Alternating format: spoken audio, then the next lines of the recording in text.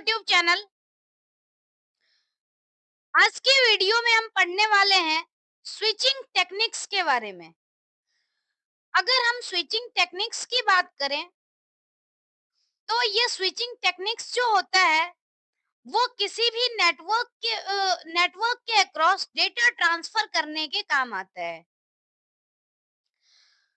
हमारे पास various type का switching techniques है जिसमें मेन हम पढ़ने वाले हैं सर्किट स्विचिंग, मैसेज स्विचिंग और पैकेट स्विचिंग। तीनों कैटेगरी के बारे में हम डिटेल में देखेंगे, इसके डायग्राम की हेल्प से समझने की कोशिश करेंगे और जो भी इसमें कंपैरिजन होगा उसके बारे में देखेंगे। ये जो हमारा कंप्लीट वीडियो है वो स्विचिंग टेक्निक से ही रिलेटेड होने वाला है। तो हम जानते हैं डिटेल में स्विचिंग टेक्निक्स के बारे में कि कैसे कैसे हम लोग नेटवर्क के अक्रॉस डेटा ट्रांसफर कर सकते हैं। पहला है सर्किट स्विचिंग। सर्किट स्विचिंग के केस में क्या होता है, connection between the sender and receiver is established first and then the data is transmitted from the source computer to destination computer। कहने का मतलब जो है सर्किट स्विचिंग एक ऐसा स्विचिंग टेक्निक है जिसमें पहले सेंडर और रिसीवर के बीच में कनेक्शन स्टेब्लिश होता है, उसके बाद डेटा का ट्रांसफर किया जाता है। Before transmitting the data, a call setup is required for establishing connection between sender and receiver. It is the best connection that require consistent bitrate for communication। अगर हम सर्किट स्विचिंग की बात करें तो सर्किट स्विचिंग में क्या है कि जो आपका कनेक्शन होता है उसको एस्टेब्लिश करने के लिए कॉल सेटअप किया जाता है और सेंडर रिसीवर के बीच में कनेक्शन एस्टेब्लिश होता है। अगर हम बात करें सर्किट स्विचिंग की तो जिस टाइम में हमें कंसिस्टेंट बिट रेट ट्रांसफर करने की जरूरत होती है उस टाइम पे हम सर्किट स्विचिंग का यूज कर सकते हैं। अगर हम सर्किट स्विचिंग की बात करें तो इसको एक डायग्राम की हेल्प से हम देखते हैं। सर्किट स्विचिंग, इसमें आप देख रहे होंगे कि हमारे पास मल्टीपल डिवाइस है और मल्टीपल डिवाइस के साथ साथ यहाँ पर स्विच के थ्रू ये डिवाइस सारे कनेक्टेड है। इसमें आपको दिख रहा होगा कि दो डिवाइस के बीच में डिवाइस 2 और डिवाइस 4 के बीच में जो कम्युनिकेशन एस्टेब्लिश करनी है तो पहले इस तरह से ऐसे एक पाथ जनरेट हो रहा है, कनेक्शन एस्टेब्लिश हो रहा है। उसके बाद फिर हम क्या कर सकते हैं, डेटा का ट्रांसफर कर सकते हैं। तो इससे हम कह सकते हैं, इस डायग्राम की हेल्प से हम ये देख सकते हैं कि हमें जो सर्किट स्विचिंग में टेक्निक यूज करना होता है तो पहला काम ही है कि हमें एक कनेक्शन एस्टेब्लिश करना होता है डेडिकेटेड पाथ, और जो डेडिकेटेड पाथ होता है उसके थ्रू ही डेटा का ट्रांसफर होता है। अगर हम सर्किट स्विचिंग के फीचर की बात करें तो इसका जो फीचर है, जैसे इसमें मैंने बताया कि पाथ फिक्स्ड होता है, रिजर्व्ड होता है। तो इस केस में क्या है कि डेडिकेटेड पाथ के अक्रॉस जो डेटा का ट्रांसफर होगा वो कंटिन्यूअसली फ्लो करता रहेगा और ये ज्यादातर टेलीफोन नेटवर्क में यूज होता है। अगर हम इस सर्किट स्विचिंग के एडवांटेज की बात करें तो जैसे अगर एडवांटेज है तो इसका मतलब क्या है, guaranteed data rate and delay. यानी इसमें अगर हम सर्किट एस्टेब्लिश करने की बात कर रहे हैं तो बिट बाय बिट जैसे भी होगा डेटा ट्रांसफर होगा, इसकी गारंटी रहती है। नेक्स्ट है रियल टाइम कम्युनिकेशन जो है वो इसमें पॉसिबल हो पाते हैं। जैसे डिवाइस 2 और डिवाइस 4 के बीच में हमें पता है कि किस तरह से कम्युनिकेशन हो रही है, क्योंकि पाथ पहले से फिक्स हो गया, तो रियल टाइम कम्युनिकेशन भी पॉसिबल है। लेकिन अगर हम इसकी बात करें तो ये जो है किसी किसी सिचुएशन में इनएफिशिएंट भी होता है और जैसे कि पाथ स्टेब्लिश हो गया लेकिन डेटा हमें ट्रांसफर नहीं करना है या डेटा ट्रांसफर नहीं हो रहा है, तो उस केस में क्या होता है, जो बैंडविड्थ है उसकी वेस्टेज काफी होती है। दूसरा एक और प्रॉब्लम क्या है कि जो हम लोग एस्टैब्लिश करते हैं कनेक्शन, तो कनेक्शन एस्टैब्लिश करने में क्या होता है, कई बार टाइम बहुत ज्यादा लेता है। तो ये कुछ प्रॉब्लम होती है सर्किट स्विचिंग में। तो ये डिटेल हमने सर्किट स्विचिंग के बारे में समझा है। नेक्स्ट हम बात करते हैं मैसेज स्विचिंग की। अगर हम मैसेज स्विचिंग की बात करें, तो मैसेज स्विचिंग में क्या होता है कि जो मैसेज है वो स्विचिंग ऑफिस को पहले फॉरवर्ड होता है। उसके बाद मतलब इसमें कोई हमारा डेडिकेटेड पाथ नहीं होता। हर बार क्या होता है कि एक स्विच के ऊपर डेटा ट्रांसफर किया जाता है स्विच में। उसके बाद वहां से डिसाइड किया जाता है कि जो अगला लिंक है वो डेटा रिसीव करने के लिए फ्री है या नहीं है। तो अगला लिंक जब फ्री होगा, फिर डेटा रिसीव करके और अगेन ट्रांसफर कर देगा नेक्स्ट लिंक को। तो इस केस में क्या है कि मैसेज जो है हमेशा स्टोर किया जाता है और उसके बाद लिंक फ्री होने का वेट करते हैं और फिर डेटा फॉरवर्ड करते हैं। There is no limit to size of the message block to be transmitted over the network. इसकी कोई साइज लिमिट नहीं होती है। अगर हम मैसेज स्विचिंग की बात करें, तो इसमें इंटायर मैसेज एक बार में सेंड होता है। हम अगर डायग्राम की हेल्प से देखना चाहें, तो डायग्राम की हेल्प से इस टेक्निक को एक बार हम देखते हैं।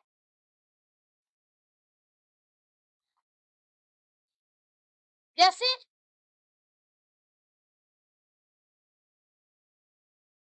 अगर हम बात करते हैं मैसेज स्विचिंग की, तो मैसेज स्विचिंग का डायग्राम हमारे पास बना हुआ है। और मैसेज स्विचिंग में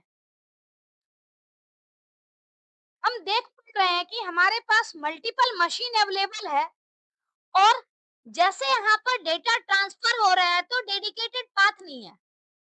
पाथ डेडिकेटेड नहीं है, डेटा हम कहीं से भी ट्रांसफर कर सकते हैं। अब जैसे यहाँ से ट्रांसफर हुआ, तो ये अब वेट करेगा मैसेज वन। जैसे ये मैसेज वन ट्रांसफर कर रहा है, और इस केस में मैसेज टू ट्रांसफर हो रहा है। मैसेज टू जो है वो यहाँ से आ रहा है। तो जो सिस्टम है, सिस्टम मैसेज टू वन को जब ट्रांसफर कर रहा है, तो यहाँ पर डेडिकेटेड पाथ नहीं है। यानी कि यहाँ पे क्या होगा, पहले डेटा स्टोर होगा, फिर जब नोड फ्री होगा तो अगले नोड को पास करेगा, फिर यहाँ पर भी स्टोर होगा, फिर फॉरवर्ड होगा। तो इस तरह से क्या है, और यहाँ पे फिर M1 को ये पास हो गया। ऐसे ही मैसेज टू अगर हमें करना है, तो मैसेज टू यहाँ से आया, फिर लिंक फ्री होने का वेट किया गया, फिर अगले लिंक को भेजा गया, और यहाँ से M2। तो इस तरह से क्या हो रहा है कि इसमें कोई डेडिकेटेड पाथ नहीं है, लेकिन क्या है कि जो मैसेज है वो डिफरेंट नोड से गुजर रहा है। और अगले नोड तक भेजने के लिए क्या है कि जो पुराना नोड है, पिछला नोड है, वो डेटा को पहले स्टोर करता है। उसके बाद जब नोड फ्री हो जाता है, तो अगले नोड को फॉरवर्ड करता है। इस तरह से जो मैसेज स्विचिंग है वो काम करता है। और इसमें कंप्लीट मैसेज, जो इंटायर मैसेज है, वो नियरेस्ट स्विच को भेजते हैं, वहां स्टोर होता है, और जैसे ही अगला लिंक फ्री होता है, नेक्स्ट स्विच को ट्रांसफर हो जाता है। और ये प्रोसेस कब तक चलता रहता है, जब तक नोड जो है वो डेस्टिनेशन तक, मतलब मैसेज जो है वो डेस्टिनेशन तक ना पहुंच जाए। अगर हम इसके फीचर की बात करें, तो जैसे मैंने डिस्कस ही किया, डेडिकेटेड पाथ नहीं होता, इसमें store and forward technique use होती है। और जैसे स्विचिंग टेक्निक में सर्किट स्विचिंग टेलीफोन नेटवर्क में यूज होता था, ऐसे ही मैसेज स्विचिंग जो है वो टेलीग्राफ नेटवर्क में यूज होता है। अगर हम इसके एडवांटेज की बात करें, तो एडवांटेज में जैसे कि इफिशिएंट यूज ऑफ बैंडविड्थ हो रहा है। मतलब जब तक कोई नोड जो है वो फ्री नहीं है, तब तक हम डेटा का ट्रांसफर नहीं कर रहे। इट मींस क्या है, इसमें जो मैसेज ट्रांसफर हो रहा है उस केस में बेसिकली फ्री होने का वेट करते हैं तो डाटा ट्रांसफर होता है। इसका मतलब क्या है, इफिशिएंटली हर नोड यूज होता है। नेक्स्ट फायदा ये है कि इसमें पाथ रिजर्व करने की कोई नीड नहीं होती है। लेकिन इतना कुछ करने के बाद भी क्या हो रहा है कि जो अगर हम डिसएडवांटेज की बात करें तो कुछ इसके डिसएडवांटेज भी है। जैसे यहाँ पर हर एक नेटवर्क पे, हर एक नोड पे डेटा जो है वो स्टोर होता है। तो डेटा स्टोर हो रहा है, इस केस में क्या होता है कि अगले नोड तक पहुंचने के लिए टाइम, वेटिंग टाइम होता है। और इसके लिए क्या है कि एक्स्ट्रा टाइम हमें देना पड़ता है डेटा ट्रांसफर करने के लिए, क्योंकि जब तक नोड फ्री नहीं होगा तब तक हम डेटा को ट्रांसफर नहीं कर सकते। रियल टाइम कम्युनिकेशन के लिए ये पॉसिबल नहीं है, क्योंकि इसमें जो डेटा है वो हमेशा ही स्टोर होता है और फॉरवर्ड होता है।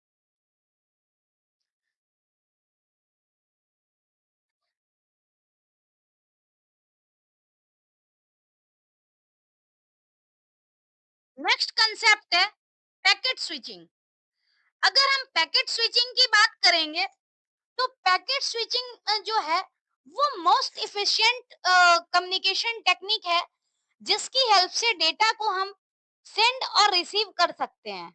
Instead of using the dedicated circuit for data communication, the data is independently routed through the network and reassembled at the destination computer system।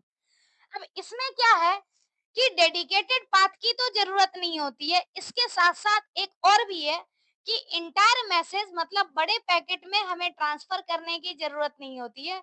Data को हम स्मॉल स्मॉल पार्ट में, स्मॉल पैकेट में divide कर देते हैं, और जिससे क्या है कि इसकी राउटिंग जो है वो इजीली हो सके।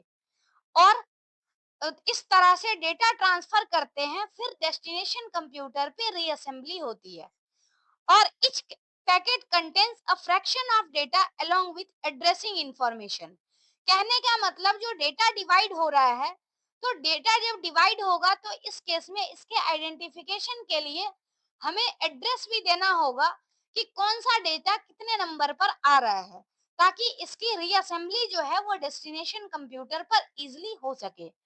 तो इस तरह से हम लोग पैकेट स्विचिंग को इम्प्लीमेंट करते हैं, और इसमें जो डेटा है वो पैकेट के फॉर्म में ट्रांसफर होता है। अगर हम इसके डायग्राम की बात करें तो डायग्राम कुछ इस तरह से होता है,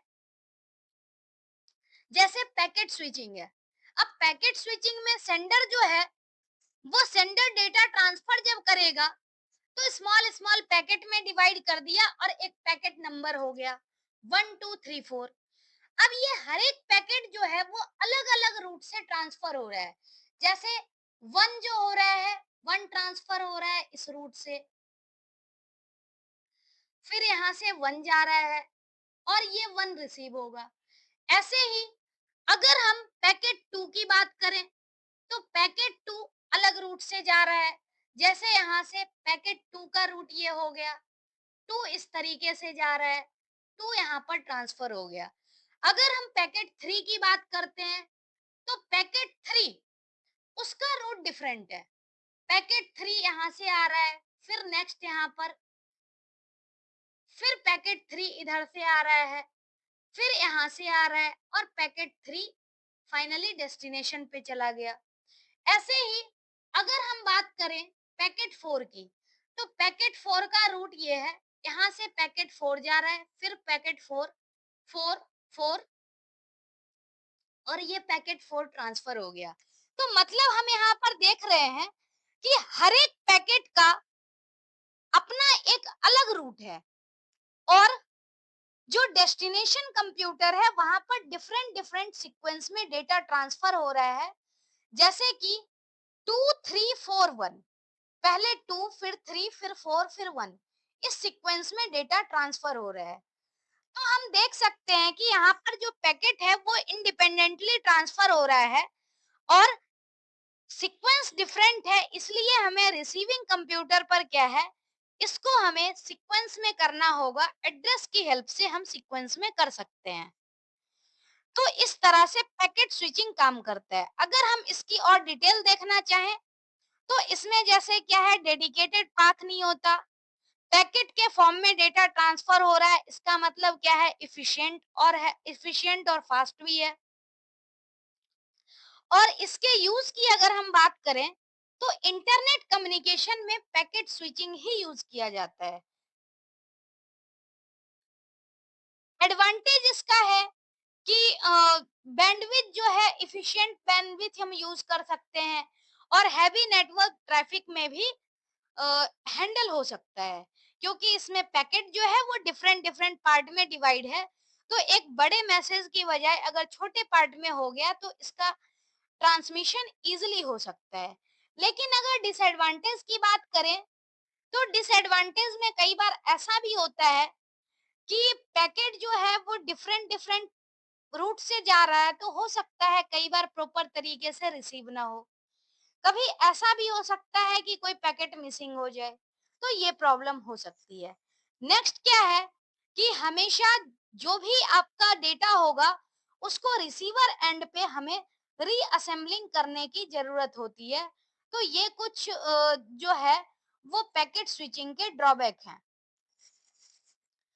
अगर हम तीनों का कंपैरिजन करना चाहें तो तीनों का कंपैरिजन कुछ इस तरह से हो सकता है, जैसे कि अगर पैकेट स्विचिंग की बात करें तो पैकेट स्विचिंग का फीचर, जैसे अगर हम पाथ की बात करें तो पाथ जो होता है सर्किट स्विचिंग में फिक्स्ड और डेडिकेटेड पाथ होता है। मैसेज स्विचिंग और पैकेट स्विचिंग में अलग से कोई भी डेडिकेटेड पाथ नहीं होता है। अगर हम डेटा हैंडल के तरीके की बात करें तो डेटा हैंडलिंग जो होता है सर्किट स्विचिंग में कंटिन्यूअस होता है, क्योंकि इसमें डेडिकेटेड पाथ है। मैसेज स्विचिंग में क्या है, होल मैसेज एक बार में ट्रांसफर हो रहा है। लेकिन पैकेट स्विचिंग की अगर हम बात करेंगे तो पैकेट स्विचिंग में जो डेटा है वो पैकेट के फॉर्म में ट्रांसफर हो रहा है। अगर हम इसमें देखें कि रियल टाइम यूज है, रियल टाइम यूज की अगर बात करें तो सर्किट स्विचिंग में चूंकि पाथ डेडिकेटेड होता है तो इसमें रियल टाइम कम्युनिकेशन पॉसिबल है। मैसेज स्विचिंग में क्या होता है, रियल टाइम कम्युनिकेशन पॉसिबल नहीं होता, क्योंकि इसमें डेटा जो है वो स्टोर होता है और फॉरवर्ड होता है। लेकिन अगर हम पैकेट स्विचिंग की बात करें तो पैकेट स्विचिंग जैसे हम इंटरनेट में यूज कर रहे हैं, तो यहाँ पर एक हम बता सकते हैं वीओआईपी का कंसेप्ट, जिसको हम बोलते हैं वॉइस ओवर इंटरनेट प्रोटोकॉल। तो उसमें क्या होता है कि पैकेट स्विचिंग में जो रियल टाइम कम्युनिकेशन है वो लिमिटेड तरीके से लेकिन होती है। तो ये कुछ कंपैरिजन भी था जो हमने देखा। अब एक बार अच्छे से यहाँ पर हम कंपैरिजन देख लेते हैं फिर से। अगर हम इस कंपैरिजन की बात करें तो जैसे सर्किट स्विचिंग, मैसेज स्विचिंग और पैकेट स्विचिंग। सर्किट स्विचिंग हम टेलीफोन नेटवर्क में यूज करते हैं, मैसेज स्विचिंग टेलीग्राफ नेटवर्क में यूज होता है और पैकेट स्विचिंग इंटरनेट डाटाग्राम, जैसे कि हम लोग नॉर्मल इंटरनेट कम्युनिकेशन में यूज करते हैं उस तरह से। दूसरा क्या है, सेम यही चीज है, सर्किट स्विचिंग में टेलीफोन और मॉडेम, मैसेज स्विचिंग में टेलीग्राफ टेलीटाइप और पैकेट स्विचिंग में क्या है, कंप्यूटर के रिस्पेक्ट में यूज होता है। इंफॉर्मेशन टाइप की बात करें तो सर्किट स्विचिंग में एनालॉग वॉइस और डिजिटल वॉइस दोनों होते हैं। पैकेट स्विचिंग में जो डेटा होता है वो बाइनरी इंफॉर्मेशन शेयर होती है, क्योंकि कंप्यूटर बाइनरी इंफॉर्मेशन को ही समझता है। जो मैसेज स्विचिंग है, मैसेज स्विचिंग में चूंकि इंटायर डेटा एक बार में ट्रांसफर होता है, तो डिफरेंट डिफरेंट जो हमने इनकोडिंग स्कीम पढ़े हैं जैसे स्काई कोड वगैरह हो गया, तो इस फॉर्म में डेटा ट्रांसफर होता है। अगर हम ट्रांसमिशन मीडियम की सिस्टम की बात करें तो इस केस में जैसे क्या है कि digital data over different transmission media, यानी मैसेज स्विचिंग के केस में इस तरह से होता है। सर्किट स्विचिंग के केस में क्या होता है, एनालॉग एंड डिजिटल डेटा, मतलब सर्किट स्विचिंग एनालॉग और डिजिटल दोनों यूज करता है, लेकिन पैकेट स्विचिंग और मैसेज स्विचिंग जो होता है वो डिजिटल डेटा को यूज करता है। तो ये चीज कुछ कंपैरिजन हमें ध्यान रखना है। हमने डिफरेंट डिफरेंट तरीके से कंपैरिजन देखा।